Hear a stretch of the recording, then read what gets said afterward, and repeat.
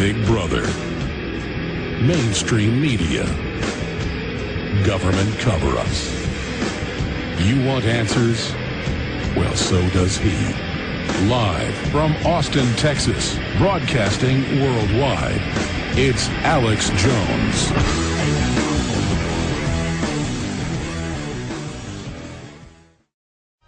I didn't get any bad vibes from him, and I know that that's always the real signal.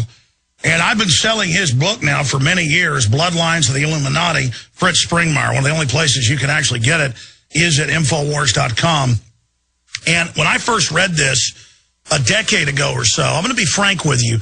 I'd met Fritz when he was here in Austin on local TV, down at the station, and met him at another conference event once. And I believed he believed a lot of it, but even though I snuck into Bohemian Grove and things, and I first met him right after I snuck in there, I still had trouble believing it. Since then, so much. He was the first guy I heard talking about the royal family of England not really being German, but being from Transylvania. And then, really being Arabic and all this stuff, or Sephardic. And then now that's on national news now.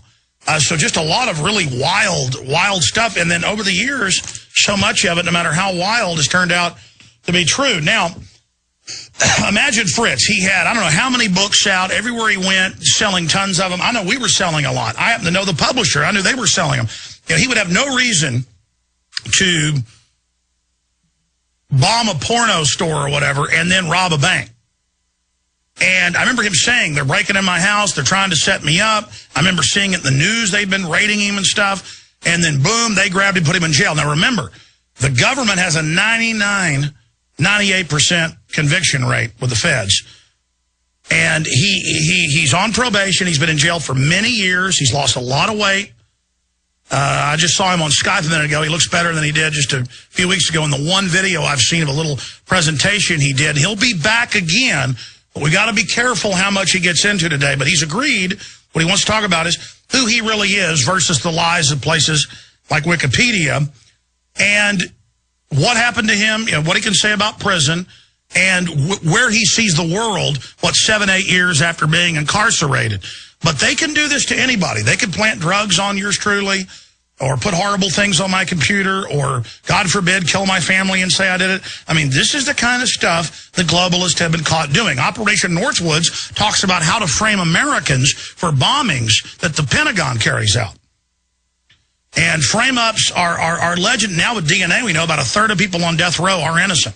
And we learn, there was a case in Texas I saw a few weeks ago where the prosecutor for 20 years knew the person was innocent and knew who did it, but didn't care. It was about their career. They'll even put people with no criminal record like Fritz in jail. Usually they like to set somebody up who's already got a record, like people believe it. Very, very frightening.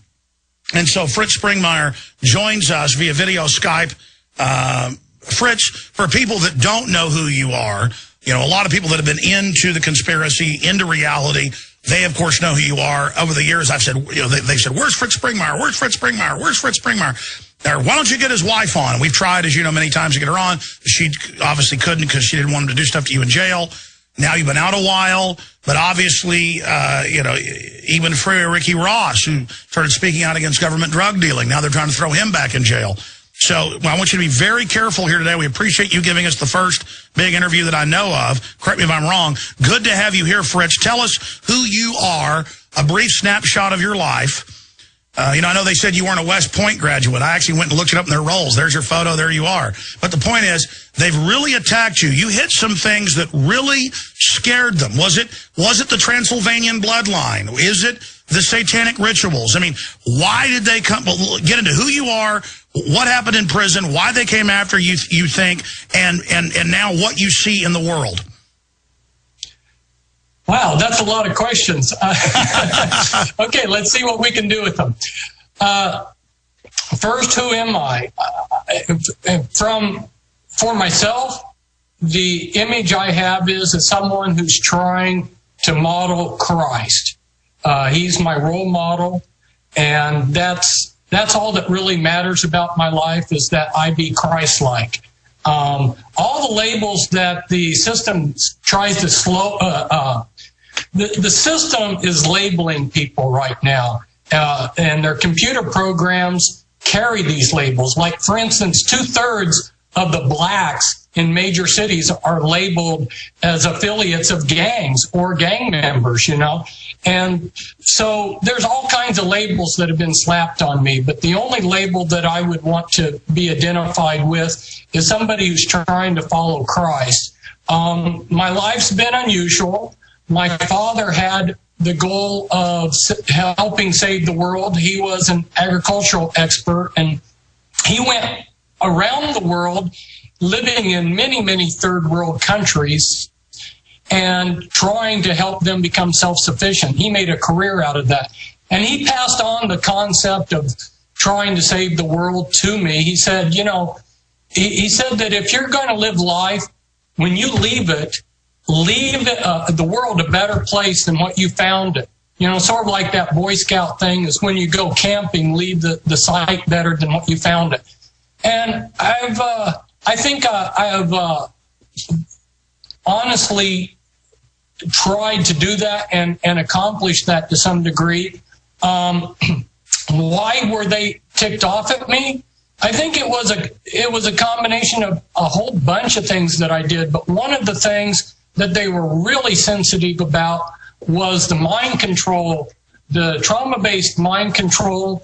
You'll notice that I put out 3 books on it with about 40 pages of the actual codes that they use on the slaves. And once you have read those books and you're familiar with the codes, you can sit there and watch television and see them manipulating these total mind-controlled slaves left and right all around us. And people are constantly telling me that, you know, after they got in touch with my information, now they realize what's going on around them. Another thing, as far as that's the book, How to Create a Totally Undetectable Mind Control Slave, which now they admit everything on TV is layers of programming depending on how programmed you are, and just someone watching TV since they were a small child, they are under a form of mind control, and actually scientifically, even BBC admits, in a lower brainwave function than we were just 50 years ago, the public in general is in a trance. Yes, people sit in front of their televisions in a trance. In a sense, they're almost worshiping that altar, their television altar. So true, what you just said. And of course, your listeners have heard a lot of this. So, you know, I'm not telling them probably anything that they're not already familiar with. But you were a trailblazer. How did you discover all that? So that made them really angry at you. Yes, I kind of bumped into the whole thing. I view myself as a historian, not as a conspiracy theorist. And I was doing a massive amount of research into the elite, you know, because we are now a government of the power elite, by the power elite, and for the power elite. And I was researching them to expose them, and I had the privilege of meeting 4 people that had been teamed up in the Illuminati to be a 4-person team that were trying to get out. And they pointed me in the right direction on a lot of things. I had to do most of the research myself, but because they pointed me in the right direction, it really helped me. And then that's how I got into the mind control. By the way, just a segue, I ran into a famous person a few weeks ago and had dinner with them, and they point blank told me about Illuminati rituals and Hellfire Club and stuff, but then said, I'm not going to talk about that on your show, maybe sometime. So the point is, we know these things existed and do exist, but I mean, you're sitting there having dinner with a well-known famous person, and they're just point blank telling you all about it. It's just incredible. And to find out that most of the people that are part of Oxford in any of the elite clubs are actually taken to the caves, engage in rituals. I mean, it's just so widespread. You know, when I grew up in Dallas, people tried to recruit me and I'm talking about with wealthy people, into occultic stuff. This stuff is rampant. Yes, it is. It's everywhere. And once you're familiar with what it looks like and smells like, you see it everywhere. I've become almost numb to it. I walk around and I see it all around me, and it doesn't even register hardly with me that what's going on, because I've just seen it for so many years and been able to recognize it for what it is. Incredible. Okay, we're going to break in a moment, but this is just amazing. Continue in just 1 minute before we get back into what are some of the other things they got mad at you for and then clearly set you up. I want to talk about some of how you were set up. It's just incredible.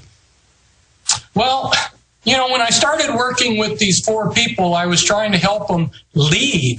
And when you're in the Illuminati, you don't leave. It's like being an intelligence agent. When you enter, like, if you entered the GRU, the KGB or whatever, they told you, you don't leave our organization. Well, you don't leave the Illuminati. And that was what I was trying to help quite a few people do. And to the extent of actually giving away addresses and names and everything of people that were in the lives of the people I was trying to rescue. I exposed an entire Illuminati community in Bend, Oregon, and they all moved out. They sold their houses and moved out to different locations. So you were like Van Helsing. Stay there, Fritz. You were like Van Helsing exposing them, these psychic vampires, so they wanted to punish you and put you into the jail. Let's come back and talk about this on the other side with Fritz Springmeier, author of Bloodlines of the Illuminati. Stay with us.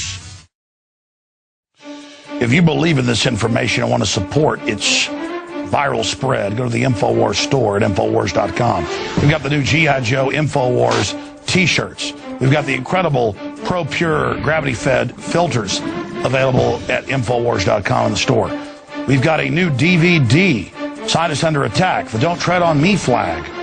We've got all sorts of different bumper stickers to help spread the rebellion virally. It's all there. Wristbands, citizen rule books in every order. Order online at InfoWars.com today. The water filters, the canteens. It's all there. InfoWars.com.